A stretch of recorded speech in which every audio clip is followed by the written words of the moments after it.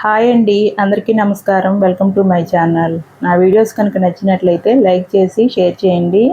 మరెన్నో మంచి రెసిపీస్ కోసం జ్యోతిశ్రీ 4 ఛానల్ని సబ్స్క్రైబ్ చేసుకోండి. ఇవాళ మన ఛానల్లో కాకరకాయ ఫ్రై తయారు చేసి చూపిస్తాను. చాలా రుచిగా ఉంటుంది. మరి ఇంకెందుకు ఆలస్యం, ప్రాసెస్ స్టార్ట్ చేద్దాం. కాకరకాయని పైన చెక్కు తీసేసి చిన్న ముక్కలుగా కట్ చేసుకొని ఒక గిన్నెలో వేసుకోవాలి. కొంచెం పెరుగు కానీ మజ్జిగ కానీ వేసుకోవాలి. కొంచెం చింతపండు వేసుకుంటే కాకరకాయలో మనం ఫ్రై చేసుకున్నప్పుడు చేదు లేకుండా ఉంటుంది. వాటర్ వేసుకోవాలి కొంచెం మునిగేటట్టు. నెక్స్ట్ స్టవ్ వెలిగించుకొని గిన్నె పెట్టుకొని కాకరకాయ ముక్కల్ని ఉడికించుకోవాలి.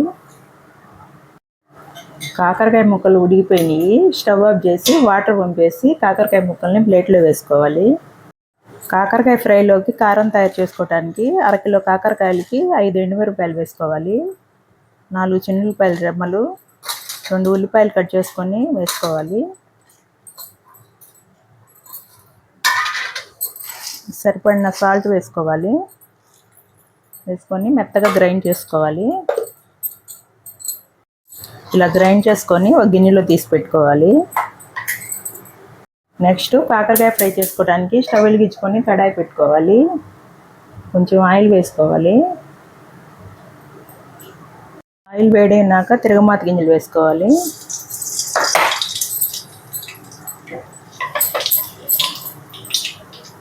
తిరగమాత గింజలు వేగినాక ఉడికించుకున్న కాకరకాయ ముక్కలు వేసుకోవాలి.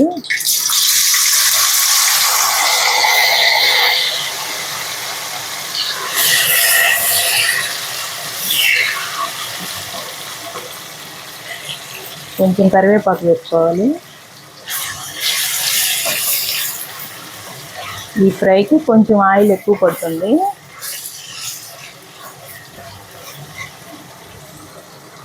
కొంచెం పసుపు వేసుకొని మిక్స్ చేసుకోవాలి.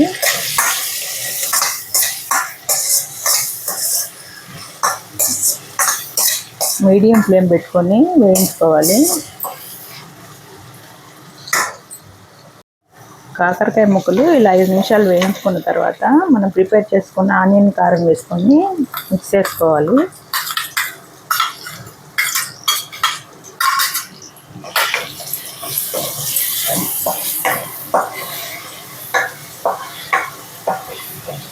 ఈ కారం వేసుకున్న తర్వాత సిమ్లో పెట్టుకొని వేయించుకోవాలి.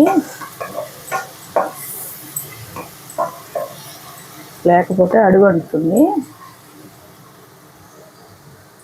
ఈ కారం వేసిన తర్వాత మనం మధ్య మధ్యలో కలుపుతూ ఉండాలి.